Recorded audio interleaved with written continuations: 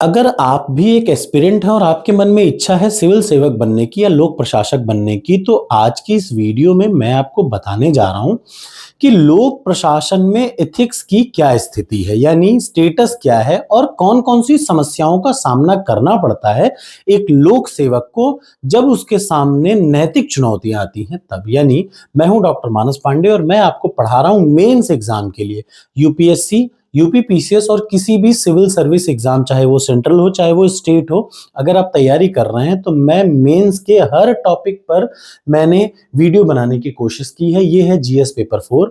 आपसे यही रिक्वेस्ट है कि दुनिया की बहुत सारी वीडियो आपने एथिक्स पे देखी होगी, एक बार, सिर्फ एक बार आप मेरी प्लेलिस्ट देखिए। अगर आपको इनके ये सारे टॉपिक में किसी भी एक टॉपिक पे क्रिस्टल क्लियर आपको समझना हो तो एक बार आप उस वीडियो को देखिए। मैं वादा करता हूं कि आपको बड़ा मजा आएगा। विथ रियल एग्जांपल्स मैंने समझाया है। और आज हम लोग पढ़ने जा रहे हैं टॉपिक नंबर 6, यानी public service values and ethics in public administration. यानी लोक प्रशासन में या लोक सेवकों को कैसे पता चलता है कि नीति शास्त्र हमारे लिए जरूरी है कि नहीं, ये कहां लिखा है। मेरी बात समझ में आ रहा है? यानी जो आईएएस पीसीएस हैं उनको ये कैसे पता चलेगा कि भैया हमें नैतिकता क्या है, हमारे लिए क्या, एक आईएएस अधिकारी के लिए कौन सी नैतिकता जरूरी है या कौन सी नैतिकता उसे फॉलो करनी है, वो जानना बहुत जरूरी है। और उसी के लिए मैं आपको टॉपिक नंबर 6 पढ़ा रहा हूं। इसके बाद 7वां टॉपिक होगा और उसके बाद सारे टॉपिक पर मैं आपको केस स्टडी कराऊंगा जो कि सबसे ज्यादा मार्क्स कवर करेगा। तो चलिए, टॉपिक है सिविल सेवा के मूल्य या फिर एथिक्स इन पब्लिक एडमिनिस्ट्रेशन। तो सबसे पहले आज की डेट में अगर एक आप आईएएस अधिकारी बनना चाह रहे हैं तो आपको पता होना चाहिए कि वो कौन कौन से सोर्सेज हैं जो बताते हैं एथिक्स के बारे में एक आईएएस अधिकारी के।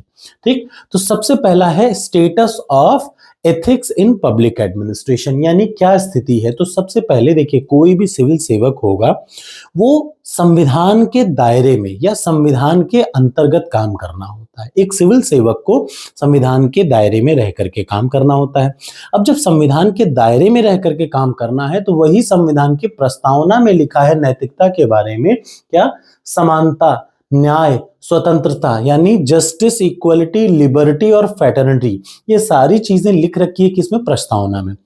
ये सारे नीति शास्त्र के क्या हैं, इंपॉर्टेंट फैक्टर्स हैं, यानी वो प्रिंसिपल हैं। जैसे न्याय, समानता, एक सिविल सेवक को हर आदमी के साथ न्याय करना चाहिए। उसको हर व्यक्ति, चाहे वो नेता का बेटा हो चाहे किसी आम आदमी का बेटा हो, उसको समानता के भाव से देखना चाहिए। ये कौन सिखाता है सिविल सेवक को? संविधान। सबसे पहले सिविल सेवक को संविधान सिखाता है कि आपको नैतिकता कौन कौन सी जरूरी है। दूसरा, और कहां पता चलता है नैतिकता के बारे में एक सिविल सेवक को? तो दूसरा, जो सिविल सर्विस की जो कोड ऑफ कंडक्ट है, सबसे जरूरी, संविधान सबसे पहला, और संविधान के बाद याद रखिए जो सिविल सर्विस कंडक्ट रूल्स हैं, एक सिविल सेवक को कैसे आचरण करना है उसके बारे में सिविल सर्विस कंडक्ट रूल्स है, या फिर कहें तो all India service conduct rules 1968 ये बताता है और गाइडलाइन देता है कि सिविल सेवक को ऑल इंडिया सर्विस में क्या क्या करने चाहिए। ये है दूसरा काम। और इसके अलावा समय बढ़ने के साथ जब से मोदी गवर्नमेंट आई है तब से ई गवर्नेंस बहुत तेजी से बढ़ रहा है, यानी पारदर्शिता बढ़ाई जा रही है। यानी कैसी पारदर्शिता?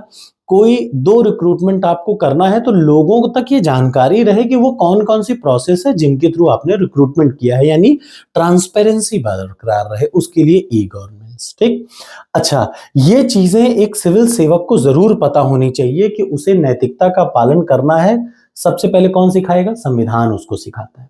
दूसरा, उसको सिविल सेवा की आचार संहिता के नियम सिखाते हैं, यानी all India service conduct rule 1968 सिखाता है। और तीसरा, ई गवर्नेंस सिखाता है कि आपको कैसे नैतिकता के अंतर्गत रह करके काम करना है। ठीक, ये हो गया पहली चीज। अगर आप ऐसा नहीं करते हैं तो इसकी प्रॉब्लम क्या है? देखिए, जैसे ही कोई आईएएस अधिकारी बनता है, जैसे छोटी छोटी पोस्ट है, बहुत बड़ी पोस्टों पे तो वो नहीं दिमाग लगा सकता, लेकिन एक आईएएस अधिकारी सफाई कर्मचारी की भर्ती में सीधा घुसता है और लोगों से कुछ पैसे ऐंठ करके उनको नौकरी दे सकता है, अगर वो ईमानदार नहीं है तो। यानी याद रखिए, उसको अपने पद का दुरुपयोग अगर कर रहा है तो ये सब गलत है। और ये सब कहां लिखा है? यहां लिखा है, स्थिति में, यानी इन तीन चीजों में लिखा है। ठीक है, अब अगर मान लिया एक सरकारी अधिकारी कोई गलत काम कर ही रहा है तो ये बता रहा है कि गलत क्या है। जैसे समानता करनी चाहिए, क्या करना चाहिए ये यहाँ बता रहा है। अब मान लिया कोई अधिकारी चोर निकल गया तो उनके लिए क्या व्यवस्था है, तो वो है कानून। कौन कौन से कानून एक सिविल सेवक को गिरफ्त में ले सकते हैं, तो ये भी आपको जरूर जानना चाहिए। सबसे पहला, भ्रष्टाचार निवारण अधिनियम यानी existence of prevention of corruption act, PCA, सबसे जरूरी। आप लोग आजकल देखते होंगे रोज आपके पास मैसेज आता है, कोई सिविल सेवक अगर भ्रष्टाचार कर रहा हो तो आप इन नंबरों पर कॉल करें, लिखा रहता है, मेरे पास रोज मैसेज आ रहे हैं। तो prevention of corruption act, PCA, इनके तहत कार्रवाई हो सकती है।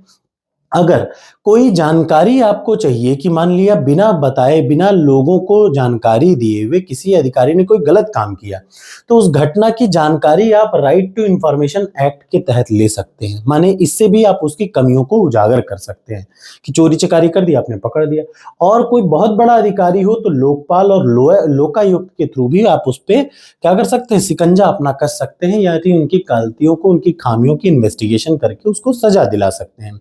और अगर एक सिविल सर्विस अधिकारी भ्रष्टाचार करता है या ऐसा काम करता है जो अपारदर्शी है यानी गलत तरीके से काम करता है, तो सेंट्रल विजिलेंस कमीशन भी एक ऐसी संस्था है जो कि उसके खिलाफ कार्रवाई करती है और यह नियम बताती है कि कौन से अपराध में कौन सी सजा या ये पकड़ेगा उन लोगों को। ठीक, तो कुल मिलाकर के सबसे पहले आपको ये जानना है कि क्या स्थिति है, यानी कहां कहां लिखा है एथिक्स के बारे में सिविल सेवकों के। अब एथिक्स मान लिया पता चल गया, अब एक सिविल सेवक गलती करता है तो कौन कौन से नियम उस पर लागू होंगे, तो ये नियम लागू होंगे।